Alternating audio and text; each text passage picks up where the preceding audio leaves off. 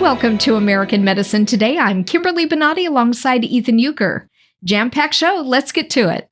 So a rare disease left our next guest bedridden for more than a decade, and when doctors could offer no answers, he became his own researcher, scientist, surgical pioneer, inventing a procedure that changed his life.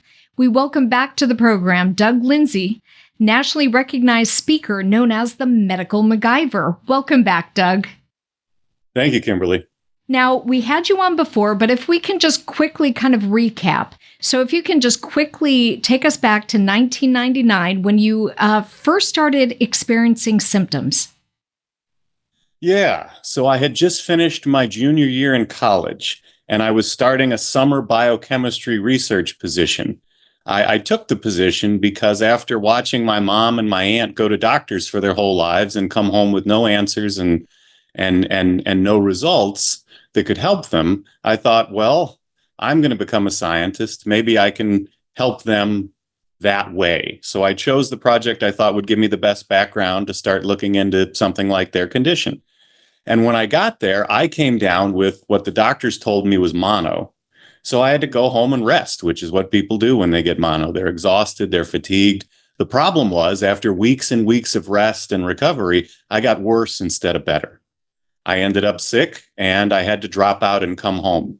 And when I dropped out of school at the beginning of my senior year, it was clear to me that I didn't just have mono. I had whatever had left my mother and my aunt sick for their whole lives. So I started seeing doctors and specialists, and they kept striking out. And when I looked at the situation, I thought, if I keep doing what they did, I'll get those same results.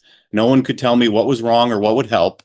So I decided that I would tackle my problem like a scientist, and I would take the lead where the doctors had gotten stuck. Because you acted as a caregiver for your mom and your aunt, and it was this mysterious illness, right, that you just kind of got into that none of the experts seemed to know what was wrong with them. And so for you to start experiencing these symptoms, the analogy I made was it's like watching a movie that you already know the ending of, so you knew where this was headed because you had seen it.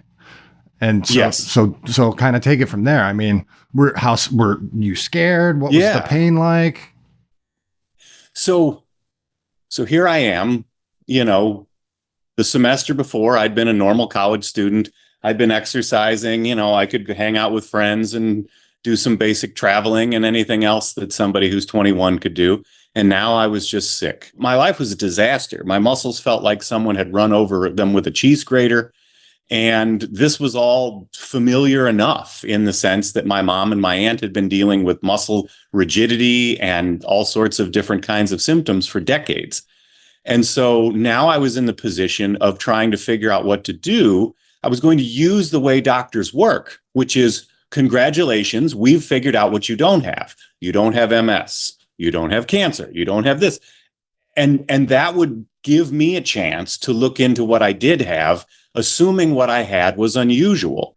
But even with them, after decades of seeing doctors, it wasn't clear which doctor should be their go-to. Did they have a neurological problem? Did they have an endocrinological problem? Did they have a rheumatology problem?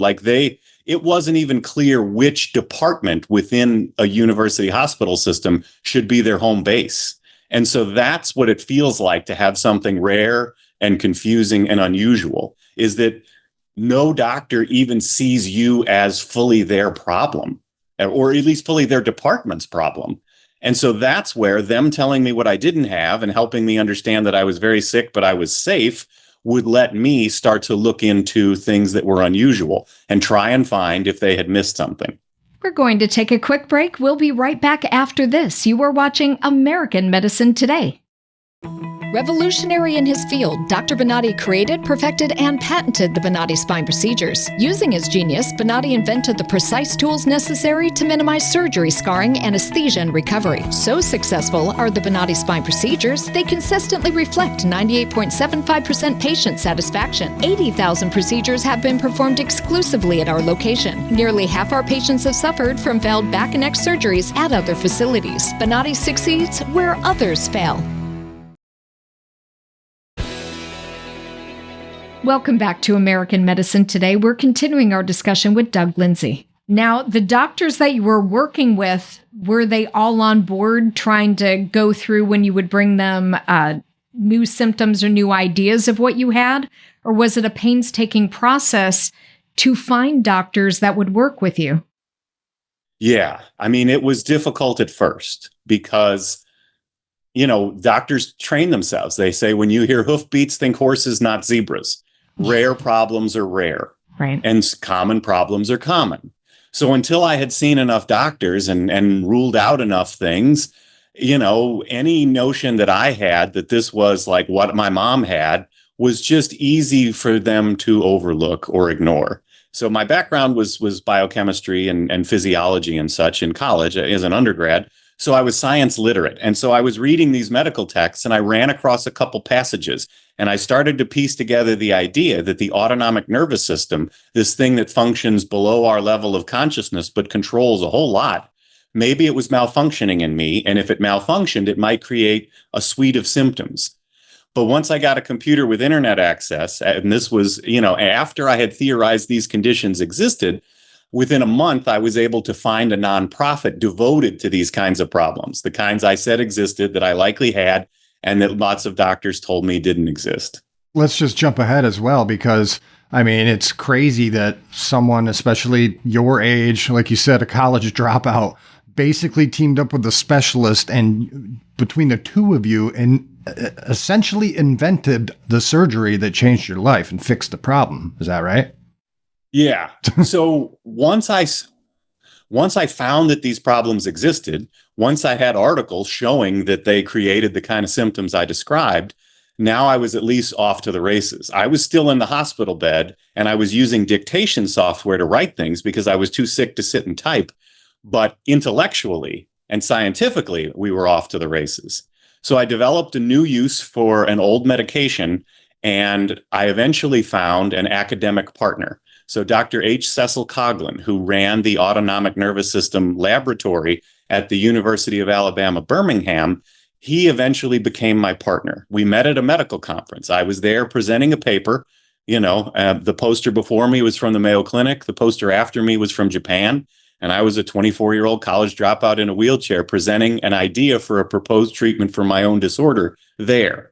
And he didn't quite buy the treatment as in like great fit, but he offered a refinement because he saw where I was going. And then he came back with news. His evaluation said there was a chance I had a problem that was surgically correctable.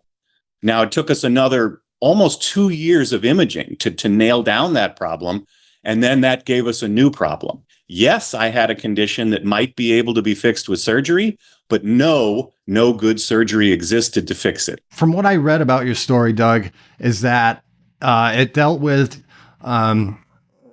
overproduction of adrenaline, of course. And it's your adrenal glands. And the only surgery where they would remove part of the adrenal gland had been done, in mice or something like that? It had never been done on people. Yeah, so there were surgeries to remove part of the adrenal gland, but there was usually a specific encapsulated tumor that they would cut out and leave the rest. The way this was described, basically the simplest way to describe it would be like trying to take the yolk out of a hard-boiled egg and leave the white. And there was no surgery to do that because the adrenal gland is two different tissues around, one surrounded by the other. And the one in the middle was the part that was making me sick. And there was no surgery to remove just the middle and leave the outside. And the problem with that is if you remove both parts of the adrenal gland, in this metaphor, the egg yolk and the egg white, I would get a new disease. So I looked at this as an opportunity to say, is there a way to take the middle and leave the outside and create a circumstance where we can treat my problem without giving me another one? And so clearly, since you're here with us today, it worked. Yes. So I found an animal model of surgery, and it started with rats, and then I found it had been done in cats, and then I found it had been done in dogs, and no one explained it. I had a veterinary pathologist do the surgery on a freshly dead cat and send me the photos of how it went, because that was a way that we could study the adrenals without having to have a funded research study. Where can people learn more about your Lindsay Center? Is there a website? So there is. It's lindsayscenter.com. I'm Doug Lindsay with an AY, Lindsay, center.com. And, I've got a bunch of cool friends who've done all this amazing scientific work as well. So there's a big world of patient advocacy. But when it comes to tackling specific families with complex conditions and medical mysteries, that's how I got nicknamed the medical MacGyver, is what I did for myself, how I helped my mother and my aunt, and how I helped people, sometimes in one-off situations and sometimes in year-long engagements where we dig into things and say, what in God's name is going on here? Well, God bless you, because there was certainly a void that you filled with your brilliance, and that's exactly what it is. So God bless you. Thank you so much, Doug Lindsay. Nationally recognized speaker known as the medical MacGyver. So if you need someone and you're suffering with an undiagnosed problem or very rare problem, get in touch with Doug. Thanks, Doug. Thank you. Thank you, Kimberly, Ethan. Well, that's all the time we have for this segment. Stay tuned. We'll be back after the break. You are watching American Medicine Today. So I used to be very, very overweight. And because of that, I had some wear and tear on my discs. I had severe lumbar lower back pain. I could not move my feet or anything like that. I would kind of shuffle a little bit just to be able to get to my destination. Any movement forward would cause my back to start to spasm. I'd literally have to stand. I couldn't sit. I couldn't do anything. I'd have to stand just to relieve the pressure. I had an increase in headaches. I couldn't lay on my back. I can't lay on my stomach. I couldn't sleep comfortably. I couldn't mop, sweep. I couldn't do any of that without feeling like my back started to spasm. I couldn't carry or lift anything. I've had hip pain as well as glute pain, running down the leg, kind of similar to sciatica. Jolts of spasms in the back. I feel like my back's gonna break and I needed something different. And I was referred to Dr. Bonati himself by my personal trainer. And so when I got off that operating table and I noticed that I didn't have that pain anymore. So that was the moment where I realized, like, wow, they fixed me. Jessica had back issues that began to develop at a young age when she struggled with being overweight. It was later in life that the problems began to resurface. So my name is Jessica White. I am from South Texas, close to Brownsville, Texas. Since I was 18, I've had back issues. I used to be very overweight. I got up to 313 pounds, caused me to have some issues with my back. I never got it checked. And because of that, I had some wear and tear on my discs. Without knowing that, I started my weight loss journey. I did bodybuilding. I've done 7 shows. When I was going to hit this national stage for the first time was when I had my first initial flare-up, lifting, 200 pounds, 300 pounds with weights and things like that on my back. And, not knowing that I was causing further damage. A lot of it had to do with being overweight, but it also had to do with the fact that, I had poor body mechanics initially, not knowing what was going on. Being a nurse, Jessica found it difficult to perform her duties because of her back flare-ups. Simply standing and sitting became so painful. She often had to stay home under the care of her husband and a physical therapist. I used to work in a nursing home, so lifting patients, working in geriatrics. As a nurse, we do wound care. We do certain things that we do have to sit down. So I would stand for about 20 minutes, sit for about 15, stand for another 20. Even, when I was eating dinner, there was times where I would have to eat standing up because I couldn't sit down at the dinner table. 3 years ago, I ended up having a very, very bad flare-up. Where my pain score was a 10 out of 10, to my lower back. I couldn't do anything. I had to call into work a few days. My husband was part of the reason why I was able to keep going because he would help me to and from, the restroom, the shower. During my initial flare-ups, I could not move my feet or anything like that. I would kind of shuffle a little bit. I actually had started seeing my primary care physician who referred me to a physical therapist. They were helping manage the misalignment and my discogenic issues in the back and help with the pain. Jessica tried many conservative options to manage her pain, but unfortunately, they only made her life more limited. With my disc issues, I did try acupuncture. I've tried alignment. I've tried the deep muscle stimulation. I've tried the TENS unit. I did dry needling. I've done a lot of holistic measures. I've been doing peptide therapy as well. I had to have my SI belt on all the time, which is a belt that I used to keep my pelvis in place. I've had cushions in my van, in my car, at home. There's certain chairs I couldn't sit on. I couldn't sit on the sofa with my little one. I had a wedge cushion that I have to sleep with at night. There's just a lot of things that over time I realized I was very, very limited with doing, and my entire life changed because of the pain. After seeing her physician and getting an MRI, Jessica discovered the severities of her injuries, including 2 herniated discs. Finally went to my primary care doctor, who then ordered an x-ray and an MRI, and that showed 2 herniated discs with 2 annular tears, and it also showed that I had a pars fracture, which I didn't know that I had at the time. My lumbar spine it's shifting. It was kind of doing this number. So she was like, that's what's causing your pain. So finally, I reached a point where I literally was hanging over my bed one day, and my mom came in and she's like, I can't, you need to do something about your back. It's just gotten to the point where you can't even move. I was standing over and hovering over my bed for 8 minutes before being able to move. It was at that moment where I came to the realization that I needed something different. So my trainer actually had mentioned, he came here 3 years ago, and he was ranting and raving about how amazing the Bonati Spine Institute was, how Dr. Bonati was just amazing.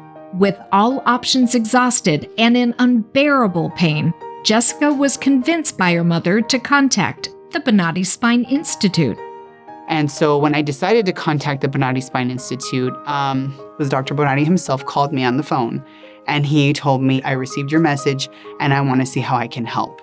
And just with that initial contact gave me so much reassurance, knowing that somebody cared that much to be able to contact me. So when I came in, initially, Dr. Bonati came to introduce himself, and he then said, you know what, we're going to order an x-ray and MRI. We're going to do everything here so that I can review them with you. Within 30 minutes, I came back to the room. They had my MRI up on the screen. Dr. Bonati, he went over my results with me. Your spinal cord goes in a tube, okay? Mm-hmm. The tube should lie the nerve like this. Okay. So when you look at the x-ray, should look like this. Shouldn't look like this. Okay. All right? So you see it looking like this. Mm-hmm. That's what we call spinal stenosis. He says, looking at this MRI, I'm looking at a 60-year-old back. Allow me to help you, fix this issue so that you can go on and live your life normally. So on the initial evaluation, he told me that I was going to need 2 to 3 procedures. Jessica found Dr. Bonati showed great care and desire to help. He created a surgical plan to tackle her pain at the source. They want you awake to be able to make sure that you're going to have the best surgery possible. You give feedback live while the surgery is going on. Yes, you're sedated, but you're awake enough to be able to communicate and explain to them what's hurting and what's bothering you, what to target, if I could feel better with certain movements or certain things that they were doing to my back. So that was very, very reassuring for me.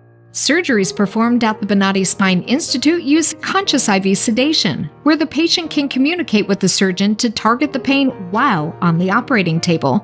The first surgery went very well. They were focused on my L4, L5. Yesterday was my L5S1, which was significantly herniated. I felt a lot of pulling in that area before surgery. And before the surgery was almost finished, I noticed I didn't have any of that pulling anymore after he finished working on me. Hold it there. No pain here. No. No pain here. No. No pain here. No. All right, kiddo. You got it.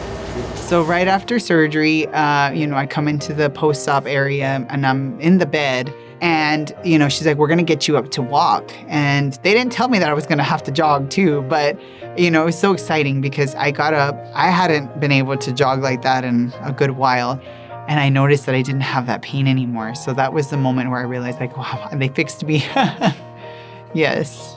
Dr. Bonati encouraged Jessica to resume her daily activities. No longer having to wear uncomfortable braces, she was thrilled to discover she could continue her physical workouts without pain.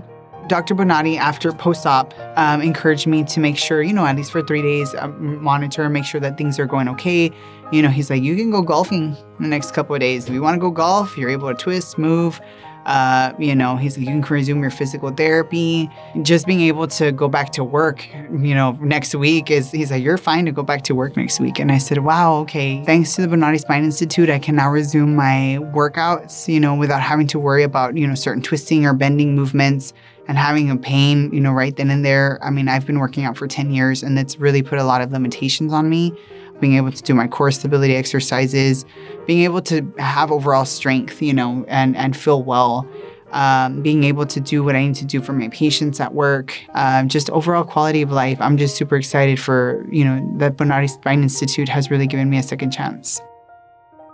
To see more stories of recovery just like this, search for the Bonati Spine Institute on YouTube, Rumble, Apple's App Store, Google's Play Store, Roku, and Amazon's Fire TV.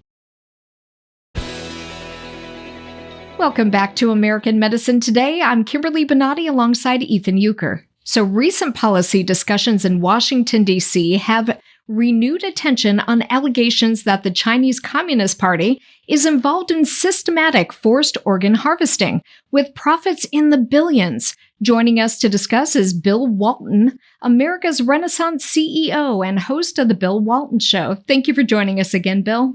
Oh, great. Great to be on. Thanks. Certainly. So tell us about this organ harvesting in China. I mean, it's mainly from, what did they say, detained people? Well, I feel like I had to put a warning label on this, but it's what it says about China is not good. And the facts are this. So there have been rumors for decades that China was engaging in forced organ harvesting, and that's a euphemism for ripping livers and kidneys out of people while they're still alive. And what their target for this are what they call the black people, which are in one case the Falun Gong, which is a very, very attractive meditative practice that maybe 80 to 100 million Chinese engage in, and then the other one are the Uyghurs. Chinese culture, if you're not inside the circle of what they consider socially acceptable, you are fair game. It's been suspicious for years that if you need a kidney and you're in the United States, you can wait for months, you can wait for a year. You maybe can wait forever to find a proper donor match because you're waiting for somebody to die of natural causes. And in China, you can place an order and 2 weeks later show up in Shanghai. And next thing you know, they're checking your blood and you stay overnight and they wheel you into the operating room and you emerge shortly thereafter with a new kidney or whatever organ that you came to get replaced. Of course, the first in line for these organs are the high officials in the Chinese Communist Party. And there was a chilling moment when Xi and Putin met last time in Tiananmen. I think it was about 3 or 4 months ago. They were caught on a hot mic, and they were both discussing the fact that if you could replace your organs, you could potentially live forever. As of yesterday, I was just reading an article about Putin and that he is, I guess, obsessed with what you were just saying. Did you see the same article? I haven't read it. Yesterday. It was in the journal. I was gonna clip it, and then just before we came on, in fact, he has the same obsession. Yeah, I'm obsessed with immortality. So I guess my question is, so how does the Chinese government profit from the harvesting? I mean, it's a no-brainer that obviously they're selling them, but who's buying them and all of that to make patients from Japan, patients from the United States, Canada, all over the world. There's a fairly common knowledge that if you're willing to do, I haven't looked into what the procedures are, but you can find out how to make this happen. And you travel to Shanghai, but I understand that they're doing these on military bases, and there's a hospital on each base, and so they're behind the barriers of a military base when they do this. So it's away from prying eyes. And the thing to remember with China is what Mao put them through in 66 through 76, 1966 through 1976. It was the so-called Cultural Revolution. And the goal, at first place, Mao tremendously feared the Chinese people and his hold on power. And so he engaged in a massive purge of people. But what he also did is he scoured all the cultural institutions of any of their standing. And so what was left after the Cultural Revolution ended was basically a highly fragmented civil population in China with no civil society to speak of, and the state, the Chinese Communist Party. And so the China we're dealing with now is not the China we might have thought it was in 1950 or something like that, with an ancient culture and all the religious practices they had. Those are gone. We need to understand that in our dealings with them. And I think too often, our president, who I like, goes off to China to do business with them. I think he forgets that they don't see us in the way that we'd like to have them see us. Do we really have an influx of U.S. Citizens that fly off to China for transplants? Well, there have been a couple books. One book about it by John Jakilek, who was the lead guy, great interviewer, does his own show for Epoch Times, and he's written a book called "Kill to Order," which details this in gruesome detail. And then there's been another a documentary out. It's called Silent Harvest, and the document says, and we don't know how many are done each year. The estimates range from 25,000 to 250,000, and maybe closer to 1 million. We're not sure how many Americans have had it done, but certainly enough to matter. And it's not. It's underreported, and unfortunately, I think a lot of the reasons it's not reported that much is there's still a lot of United States multinationals and financial institutions that want to keep doing business with China. What can we as a nation do to stop such an egregious action that they do over there? I think what we could do as a nation is stop believing what the Chinese tell us. They've not told us the truth about anything in World Trade or World Health Organization. Any of their dealings, they don't feel like they have to use the truth, and they've got their own law. We need to wake up to that bleak reality and to do less and less business with them and put pressure on them economically. And I don't think militarily, I hope at the time being, party's hold over the Chinese has been that they've showed a growing economy and people are getting richer. Well, that's no longer the case with the real estate bust. So I think keep a clear-eye view about who we're dealing with and be tough on our financial and business negotiations and continue to isolate China on the world stage. Why don't you plug your show real quick and tell people how to tune in? It's easy, BillWaltonShow.com. We've got a website with about 275 evergreen episodes on it. We're also on Substack and YouTube and Rumble and Spotify. And I won't go down the whole list. All the major podcast platforms, you can find us there. And my X handle is XWM Bill Walton. And we post a lot there. And I'm also doing some more writing, and that's on our Substack site, which is The Bill Walton Show. Thank you so much, Bill Walton, America's Renaissance CEO and host of The Bill Walton Show. Thank you for joining us on the program. Great. Thanks for letting me share this with you. Well, that's all the time we have for this episode of American Medicine Today. If you would like to see previous shows, download the American Medicine Today app to your favorite streaming device. If you have any comments or questions, contact us at the numbers below. Or you can tweet at Dr. Bonati using the hashtag American Medicine Today or hashtag AMT. We would like to hear from you.